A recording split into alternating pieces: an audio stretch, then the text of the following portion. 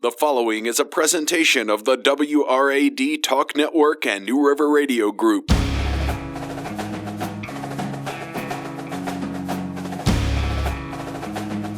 It's time for Fourth and Goal, presented by Cody Journell of the Gravity Real Estate Group on the WRAD Talk Network. Voice of the Pulaski County Cougars, Rick Watson, is here to discuss and break down this week's matchups in the New River Valley and beyond. Here is Rick Watson. And we welcome you into another edition of the Fourth and Goal Show. We are getting you ready for the high school action here on this Friday evening. I'm Rick Watson, joined as always here on the program by the sports director from WFXR. His name is Jermaine Farrell. Jermaine, how are you doing, man? I'm doing good, sir. How are you on this awesome day? I'm good. And before we get into this week, we have so many good games from a week ago. We need to talk about, of course, just down the road here in the NRV. Galax came to Radford, and my goodness, a thrilling win. They knocked off the Bobcats, sending Michael Christ in the loss column for the first time, an overtime game. But Maroon Tide got it done, showing you they're still going to be a major factor in Division I this year.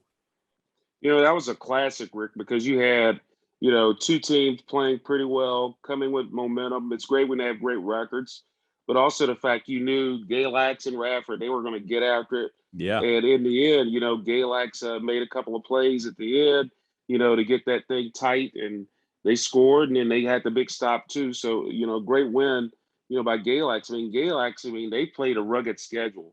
And they do that a lot too, because, it prepares them. I think a lot of times, like I said before, teams that play a tough schedule early, they know what they have and they want to play it to not only, even get playoff points, which they will, beating a Class 2 team. Absolutely. And you're a Class 1, that's going to give you a lot of playoff points. So obviously there's seeding involved. So that's really a big thing. But yeah, Galax play well, but Radford again, with Michael Christ, the head coach there, really got that team going. And we'll talk about, they have a big one coming up on Friday this evening, as they have a big one. So we'll talk about that in a second, obviously, I'm sure. Yeah, we will. And that opponent this evening as well had to kind of create something on their schedule, something we're used to right now with these postponements. But Christiansburg had to go quite a ways down the highway to take on Central High School. They get the win 28-20. So the Blue Demons, they remain undefeated so far, and they're doing a great job. Alex Wilkins, it's tough. You know this, Jermaine, but when you have to schedule those games, you're not familiar with the opponent. It's kind of tough. You just kind of have to trust your own players at that standpoint. Yeah, you do. And the thing is with Christiansburg, this is that second time they've made a trip down there. Remember earlier this year they played Abingdon. Yeah. And that was a shootout win there. So, they're used to playing a lot of games, the first couple of games on the road, but I'm sure they're happy coming up tonight to play Radford. And, that's going to be a fun matchup, because I think it's like the old New River district rivalry action. And you love seeing those old rivalries renewed. We don't see them a lot of times, but nowadays I think we're getting back to the rivalries. And that's what's fun, I think, really about the high school game and college, or whatever you want to talk about as far as sports rivalries. A team that, you guys shop at the same grocery store, you go to the same church, you go to the same movie theater, the same mall, you're right around by each other. Those are the games that are fun, they know you, you know them, and you out there. So those are the fun games. I enjoy those rivalry games. They're fun. Yeah, they really are. And speaking of rivalry games, we touched on it a bit last week, but you had the red and the powder blue at Giles, and that green and gold at Narrows. And Giles this year gets the best of them, 41-6. So the Spartans continue to have a terrific start to their season, winning 3 out of their first 4 games. And it's always more special when you take it from your crosstown rival. I'll be honest, I was a little surprised by the score. I thought, being a rivalry game, I figured it'd be tight, Narrows with their defense. They've pitching shutouts and stuff the last couple of years. But Giles came in, they were at home, they got that win, they started rolling, and it's still the same old, they do a little single wing, but they mix some stuff, a little extra in there too. It's not just single wing like a it little used to extra, be, but right, a little extra in there, but hey, at the end of the day, now they have bragging rights for the first, for the 365 days. And obviously, again, talk about, shopping at the same store, maybe going to the same church, they probably go to the same parks. They're right by each other. Absolutely. So, Every day. Yeah. every day they see each other. So now, that it's going to be a lot of red, that was there. But that was a great win by Giles, gets them going 3-1. And again, being in Class 1, obviously you got to keep winning and do what you can, because obviously that region there is a tough one. And we'll see what happens down the road with that team. But yeah, that was a good one. Narrows falls to 2-2. Giles at 3-1. Floyd County now 3-1. Very quietly, Winford Bill's team, right? I mean, you look down. The only loss was to that very good Christiansburg team that they had to move to Saturday. Caleb Fenton, a couple more touchdowns. I'm keeping an eye on what's going on in Floyd, because I think the Buffaloes are a team that is going to continue to make noise this year. And that's great for Coach Beal. I mean, he's been down there, I think, forever. I think it's just a good thing. I say that in a nice way. I don't mean absolutely to, right. But you know what? I mean, every time I talk to him, I mean, doesn't he put you in the mind? He's kind of like your grandfather, a fatherly figure. And what's cool about Coach Winford Beal is, he's not a yeller or a screamer, but he has so much respect. I mean, I feel like I'm talking to, almost like the voice of God. When I listen to him, just down home, great. I mean, obviously his background, is awesome. Second to none, 40 plus years of coaching high school kids. And I'm sure when he first started, he was telling me stories about how, they would trade film. They had to process the film and trade video or film, then videotape and DVD. Now it's online. So sitting down and talking to him, you could learn just how high school football has changed, when he started coaching back in the 70s to where it is today. And to be honest, I don't see him letting up anytime soon. But yeah, it's great when they can succeed, because, when they start winning, they've had a couple of tough years, but overall they're still having the success. And, God bless Coach Winford Beal. He's just awesome and a blessing. He's what's right. So many, you mentioned coaches, Rick. I mean, he's what's right about high school football. We got a lot of great coaches, because when we talk about it, these coaches, they do it for the love of the game. They don't get paid a lot of money. They should get paid more than what they're getting to do this. But it's just so special to see the Winford Beals of the world have success. So 3-1 for Floyd. And, obviously they'll keep rocking and rolling. And we'll talk about what they got coming up tonight. Yeah, the older guard, if you will, those coaches that we got so used to year in, year out being around. You're right. He's one of the rare ones that's left, and he does it strictly because of his affinity for coaching kids. And I'm not sure if he's, more of a fan of coaching track, which he's done as well, or football. Yes. He loves them both, right? He's just so good at both of them. So the first time I bumped into him, this is funny. The first time I bumped into him, and I wanted to make a point to see him, when he brought Floyd up to the Cosmopolitan track meet, the big track meet that's always happened in the Roanoke Valley. Was a Roanoke Valley staple, and now other teams running it. Right. And I made it a point to come and just introduce myself to him. He said, I know you and I love what you do, and I said, I'm a fan of you, Coach, and I appreciate what you're doing, coaching all those years. I mean, at one point, it's interesting, because if I'm not mistaken, he actually replaced Jeff Highfield. And that's what's correct. Interesting about that, then Coach Heifel went to Byrd. Mm-hmm. So their careers were parallel. They coached the same amount of years, and Coach Heifel retired, a few years ago. But it was just so neat. He is like the dean now. He's like the man. And I don't know. I mean, you never know. Will we see a coach that long at one school? I don't know. I mean, there's a possibility. Yeah.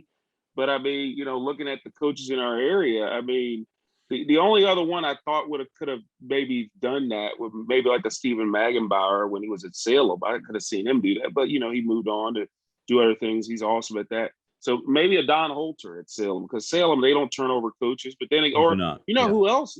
Like Michael Chris at Radford. I mean, you could see him making a run like that. He'd be around for a while. Yeah, they don't change coaches at Radford either. Yeah, that's true. That's true. That's right. So we'll look at that.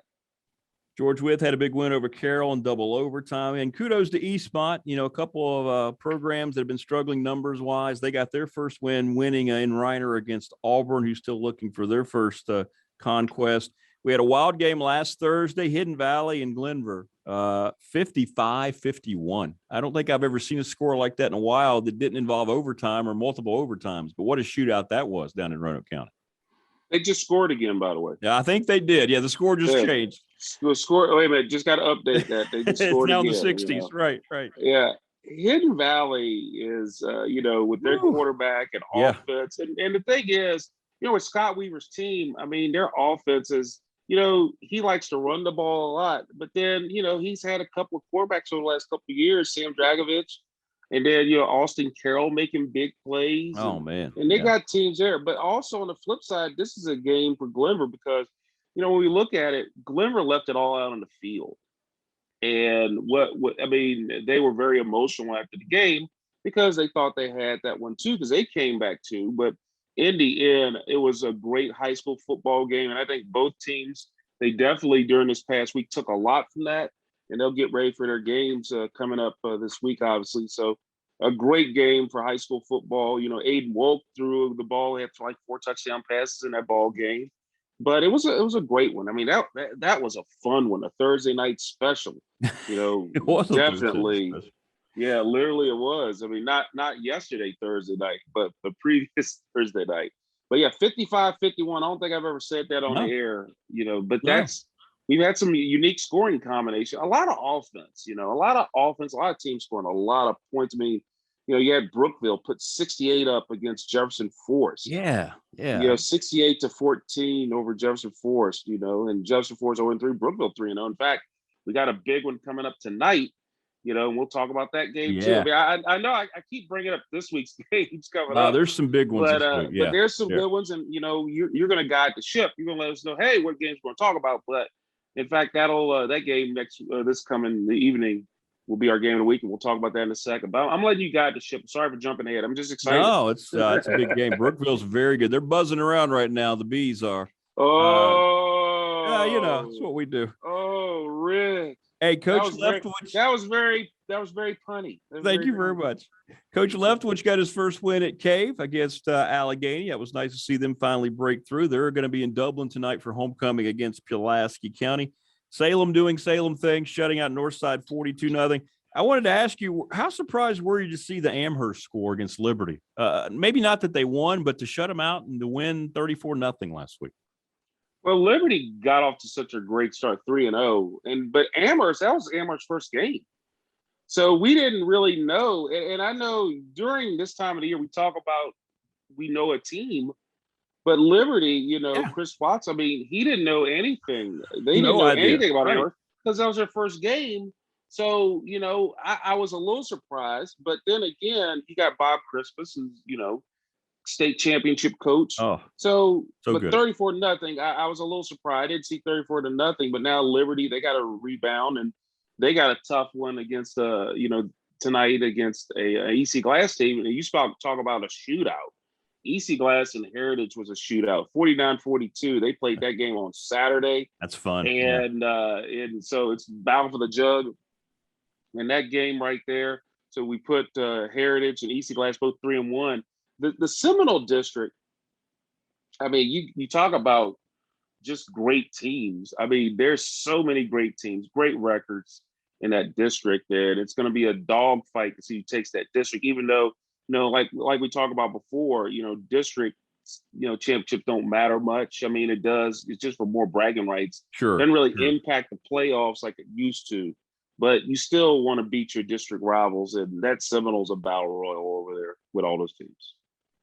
One more I want to talk about from last week, because we talked about Lord Botetourt and what they're doing with their scheduling. And, of course, they took on another perennial state contender, Appomattox hitting the road. Appomattox knocks them off 35-14. It hasn't gone really well for Botetourt playing these teams, at least in the win-loss column. But I think we're going to start to see the benefits now coming up in district play. And I wanted to get your thoughts on that, because we talked about it. We highlighted a little bit. We knew it was going to be a tough game for them. But I guess there's some problems on defense for Botetourt, at least early in the year. But conversely, maybe the opponent has a lot to do with that. That's some pretty good offensive football teams they're taking on.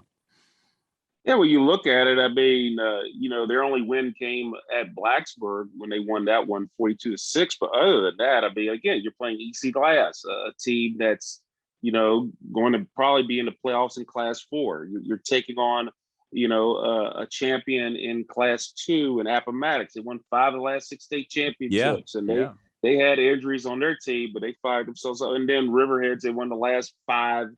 They're up to like 40-game winning streak. So, when you look at records, and I always say, look at the record. Okay, well, who did you play? Okay, you played EC Glass. Absolutely. I mean, they're a great program, great pedigree. And obviously coming up, like I think not this week, but next week, they had a replacement game, and they're going to Bluefield, West Virginia, which ironically was a game Pulaski County was supposed to have. So because I think over Mercer County or West Virginia, they're having issues with the COVID, so they couldn't play. They've been off for roughly last couple of weeks because they were supposed to play at Princeton, West Virginia, but that game got moved or canceled. So that's really the thing. You're right, Rick. It's going to pay off down the road, and people are looking at that record and say, "Gosh, they're 1-3."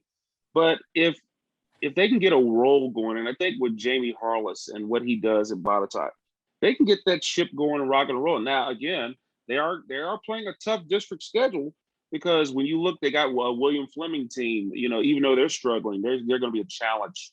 And then obviously another team you got in Franklin County and Northside and all those teams. But that's where they can make some hay going into the playoffs. Right then and there.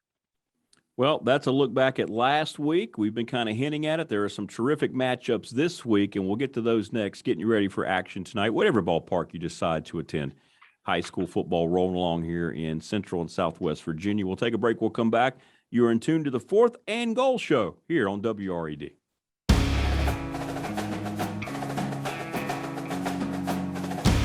Now back to more comprehensive high school football coverage in the New River Valley on 4th and Goal, presented by Cody Journell of the Gravity Real Estate Group on WRAD. Here once again is Rick Watson. And we welcome you back to the Fourth and Goal Show. Thanks again to Cody Journell for joining us and being a part of our program as a fine sponsor of what we bring you every week. I'm Rick Watson, joined by Jermaine Farrell, the sports director from WFXR. You can always catch the early action and everything going on. They're on first, by the way, the Friday Night Blitz. Where are you guys going to be this week, Jermaine? What's your highlight game of the week this week on FXR? A big one, we're going to go over to the Lynchburg. That's going to be a big one. Brookville 3-0, Liberty at 3-0. And I mentioned this on one of our previous telecasts on WFXR. So Brookville and Liberty Christian, two teams 3-0. That's a 7:30 kickoff over at Williams Stadium on the Liberty University campus. When you look at this game, Rick, I mean, these two teams played each other twice in the spring season. Liberty Christian fell to Brookville at Stinger Stadium. And then they met in the Region 3C playoffs, the semifinals, where, again, you only had 4 teams each region. So this is a third meeting, and Rick, potentially check this out. These two teams could play each other 4 times in the actual calendar year because of the spring season. So just imagine, and I don't think that's ever happened. A team has played each other 4 times in a calendar year. Maybe in a year, maybe in a season or something like that.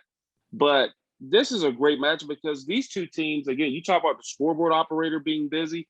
This has a potential of having that, but also, Rick, and this is going to be even crazier. It could also have the potential of being like a game in the 20s too, because both teams are playing tremendous defense. Right. They don't hardly give up a lot of points either. So you could have a shootout, or you could have something like a 21-20 game. So that's going to be a fun one. That'll be our game of the week. David de Guzman will be on the scene there. That's going to be a good one that we will have our eyes on. And so another game, we'll have our eye on, obviously, is in the New River Valley. It's going to be Radford 3-1 and Christiansburg 3-0. I mean, that's going to be a fun matchup, old New River district rivalry. Those two teams, fun times. They don't play each other as much as they used to, but it's great to get this game on the docket. So we're happy to see Radford at Christiansburg. That'll be coming up this evening, a fun one. We will let you know about some schedule adjustments here in the NRV. Rural Retreat in George Wythe has been moved to October 19th. In the other direction, Magna Vista and Tunstall also October 19th. Salem and Blacksburg. They haven't named a date yet. Blacksburg's dealing with some issues, so they're going to be down for a while. So we don't know about the makeup date there. Also, James Monroe, West Virginia, and Covington postponed at a later date. And Lord Botetourt was supposed to play Princeton, West Virginia, and that game has been canceled. So just getting you updated on some of the protocol related postponements and cancellations. And I got a couple other ones. Yeah, what else you got? You need those. All right, so I got Staten River Allegheny. That's going to be moved to Tuesday. Okay. And then another Seminole District matchup, Rustburg taking on Heritage. That game will actually take place Monday night at City Stadium in Lynchburg. Okay. They were supposed to play tomorrow. And the reason why is, I mean, that following week, I think Heritage and Rustburg, they both have a bye week. But they wanted to get that game because, Rustburg was set to play Monday against Liberty Christian. So they moved that to Saturday. And then, some other things came up. So that game will actually take place on Monday. And that's going to be a fun one. Monday Night Football at City Stadium between Rustburg, not a surprising, but a Rustburg team. They've always had the history. You had a coach like Bert Torrance. They were going to have that. And of course, Brad Bradley. I mean, what can you say about him? Championship coach. So that's going to be a fun one on Monday night, too, when those two teams play. And then another game that I see on the Monday night docket is Bland County. Yes. It'll be at Eastern Montgomery. That'll be a Monday night affair. So a couple of Monday night high school games. Is again, appreciate these coaches, administrations, and the players for adjusting on the fly. It's kind of the way we're going to look for it the rest of the year, unfortunately. All right. William Fleming coming off a tough loss last week against your alma mater, Patrick Henry. Now they have to turn their attention to Harrisonburg. That's an interesting contest for them. How do they respond after a loss? You mentioned Jefferson Forest. They kind of got beat down, and Amherst got the big win. And then, Jefferson Forest now has to host a very hot team coming in there.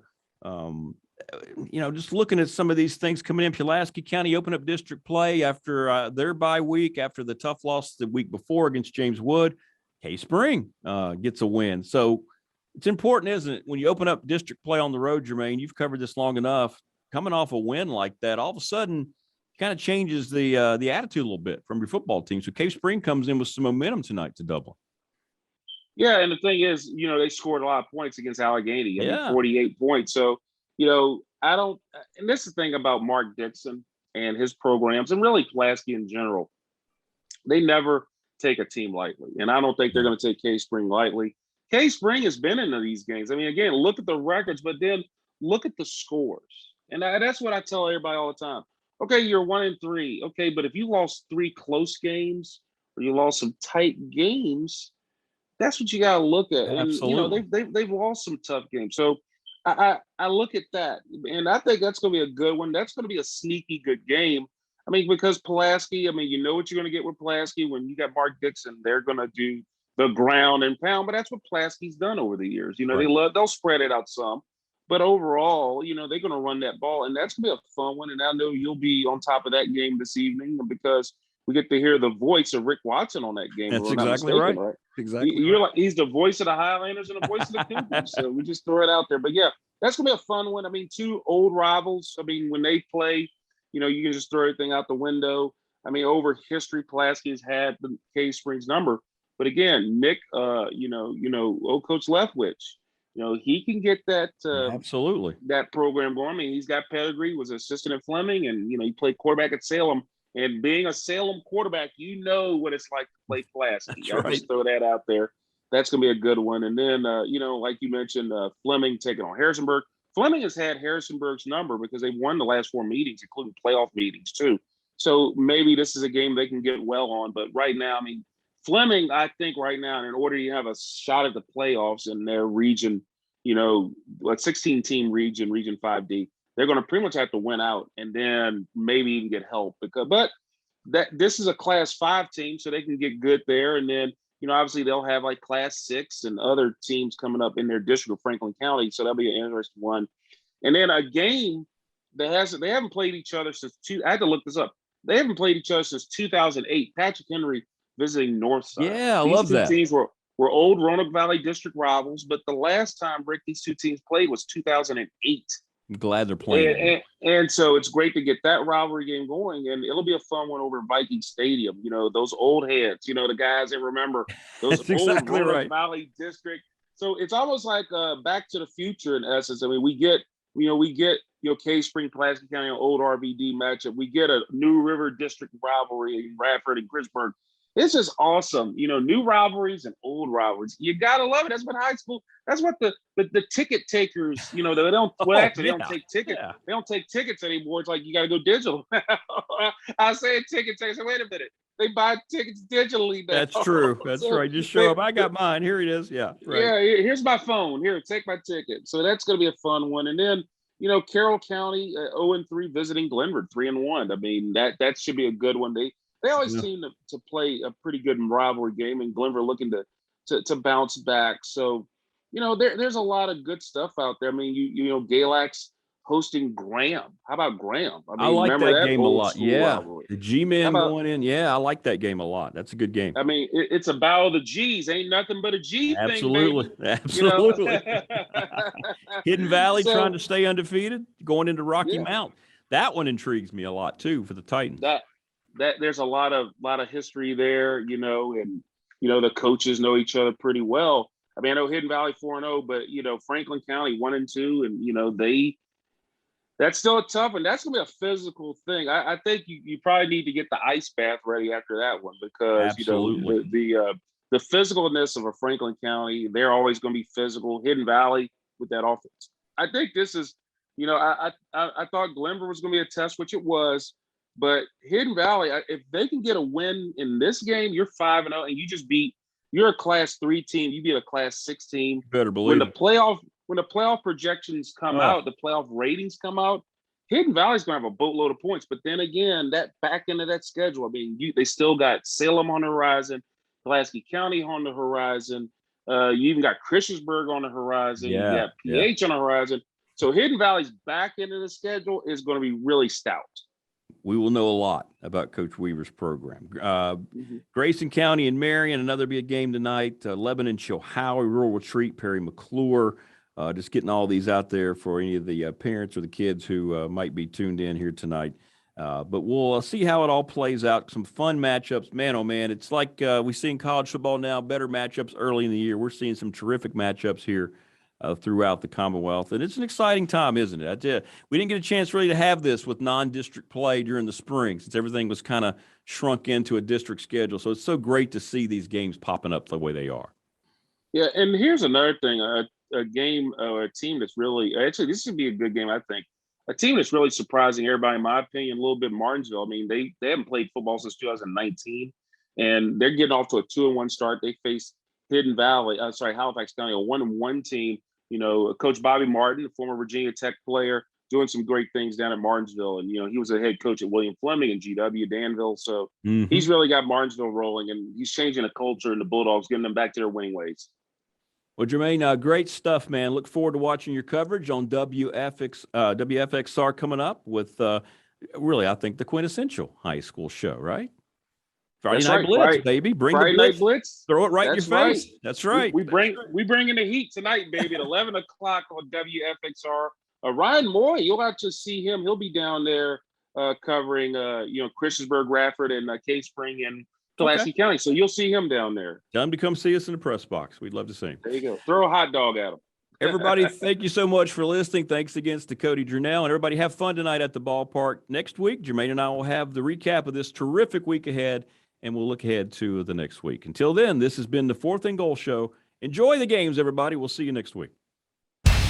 You've been listening to Fourth and Goal with Rick Watson, presented by Cody Jurnell of the Gravity Real Estate Group on the WRAD Talk Network. Tune in again Fridays at 6 p.m. all season long for in-depth analysis of high school football in the New River Valley.